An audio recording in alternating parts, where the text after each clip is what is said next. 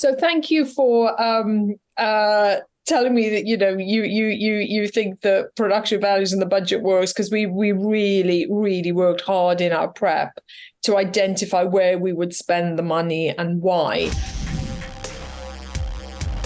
I'm very excited to chat with you both for The Winter King. This is really quite the exciting show from the 6 episodes I've seen so far.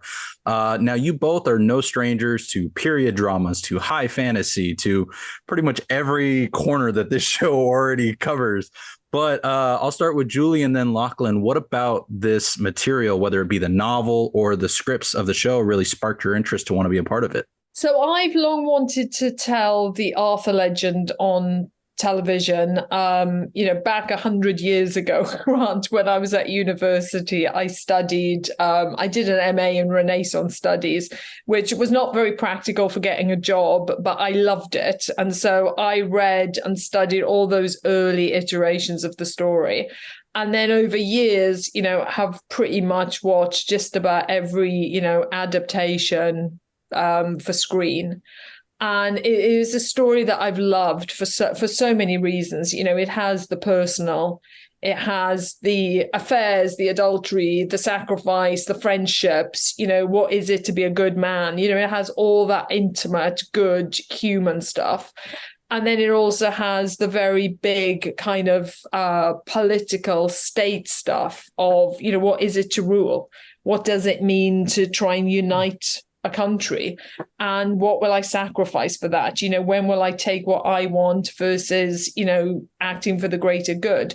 So I think you put all of that together, which is, some soap opera, but some big themes about what it is to be human and the choices we all get to make.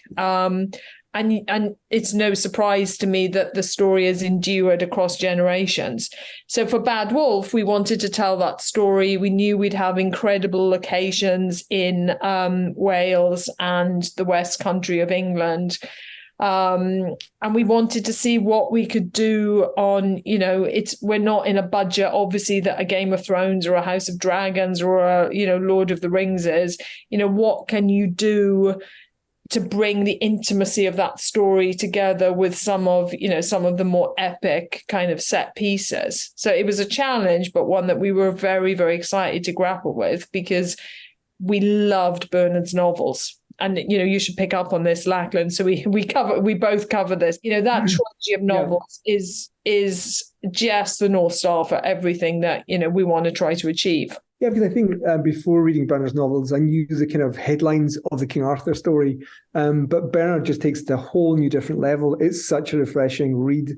And I think what's so unique about the novels in a way is the fact that you're told Arthur's story through the different points of view. You obviously, as part of Arthur, but principally through Derville. And it's just a different way into seeing this figure of the legends, and also through Nimue as well. So I think that that was what felt particularly fresh to me. But it was also beyond that, just the fact that in all the previous iterations of the Arthurian legends that I'd seen, whether it's on the screen or whichever on the page, it felt to me as if he'd done something really interesting with the female characters, because it's always felt a bit male-gazy previous versions. And I think with Bernard, what he's done in a really fresh way is to give the female characters agency in his stories, his interpretation of it, whether that be Morgan or Nimue's we've been talking about, but more importantly Guinevere, because Guinevere's always come across as this kind of femme fatale character.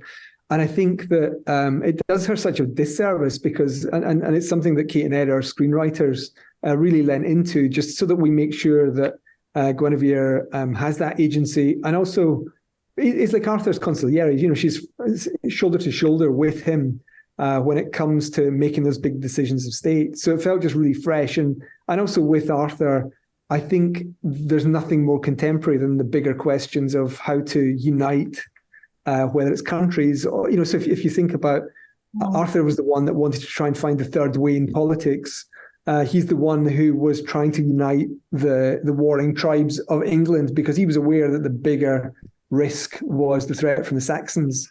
But the other guys couldn't quite see past this, so he was the one that had to try and unite it. But the story is so complex, because you've got the politician Arthur, but then it dips into the personal.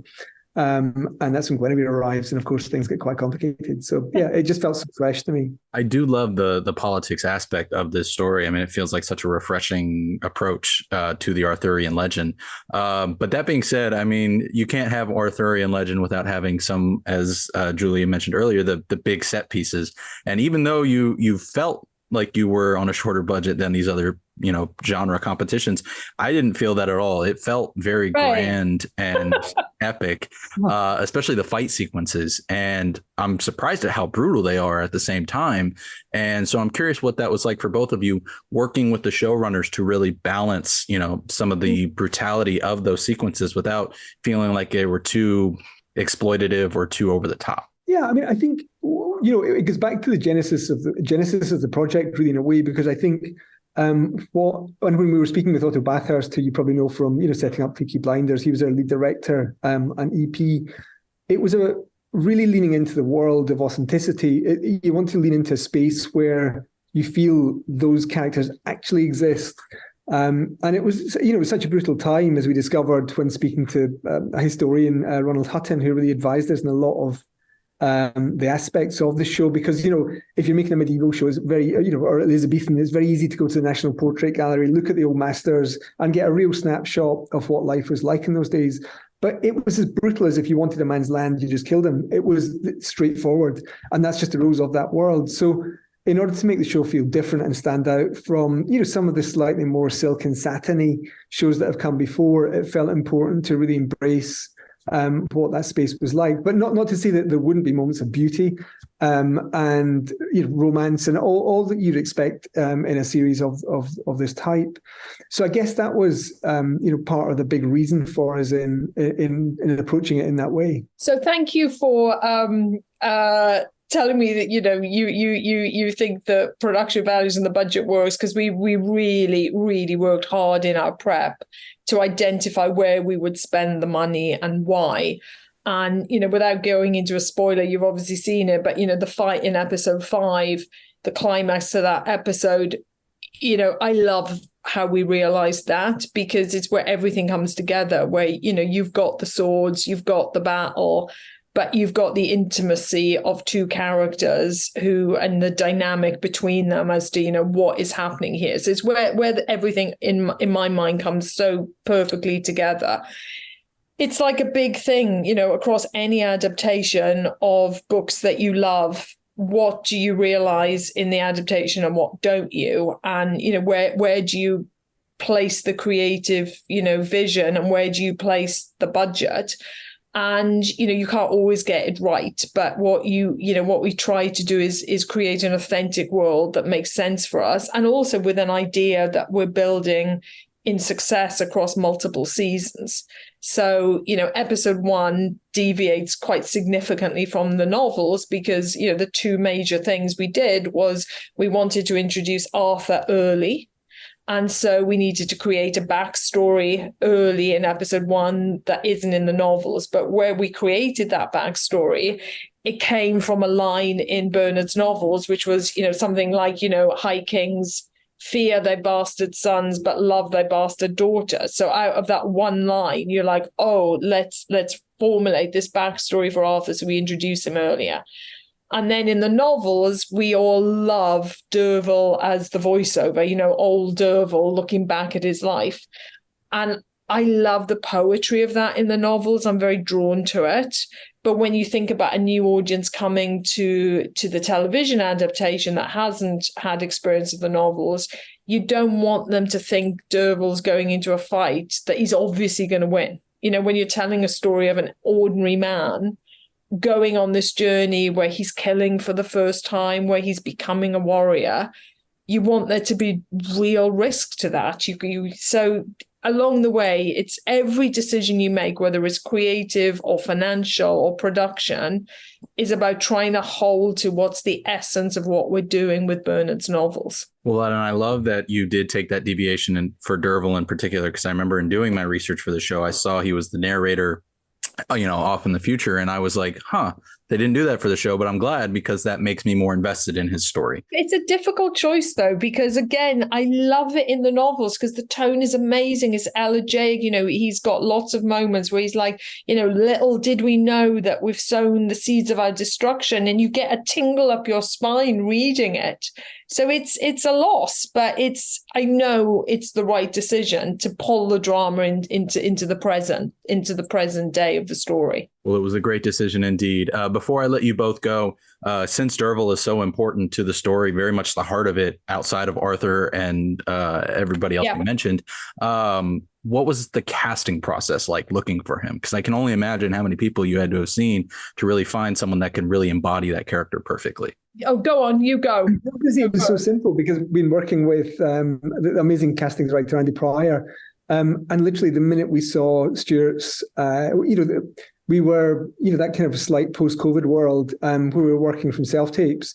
And Stuart's audition just came in, and it was like so different from everyone else that we'd seen. And it was one of the easiest pieces of casting ever because he was just so unique and he just completely embodied the role. And then he came in and we met with him and talked with him about it. It was brilliant. It was. I think he has real soul to him.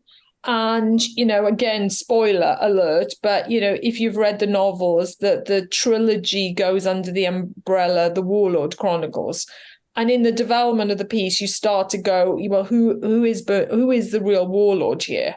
And you'd assume it's Arthur, but really it's Derval because of that journey from seemingly ordinary man to warrior to reveal of extraordinary backstory. But his morality, his eventual marriage, the way he lives his life, what he stands for, his compass, his moral compass makes him the ultimate warlord. And so Derval, the casting of Stuart, he starts very soulful, slightly delicate, but he's going to go on this extraordinary journey to manhood and warrior status and ultimately warlord status. I think what's quite interesting when you're thinking about a series, you want to make sure that, within season one, there's a satisfying ending to it and you see a very clear character arc for someone like Derval. But at the same time, you're thinking about your bigger goal, which is we want to get 5 seasons. And you want to make sure that every season beyond season one will have suitably satisfying stories for the audience who are watching it and see that character grow. And also, I guess Derval's one of the youngest characters in the piece because he was the kid that Arthur saved from the death pit. So you don't want to rush that story. And I think it's the easy thing to do to, turn him into a hero too soon, but you really want to make sure that you take him on that journey across season one. Well, I'm really excited to see what the final few episodes of this journey holds and for audiences to see it as well. I think those who enjoy the Arthurian legend and enjoy, historical drama, they're going to get a kick out of it. So thank you both so much for taking the time. I greatly appreciate it. Thank you very much. Absolutely. Have a great rest of your weeks.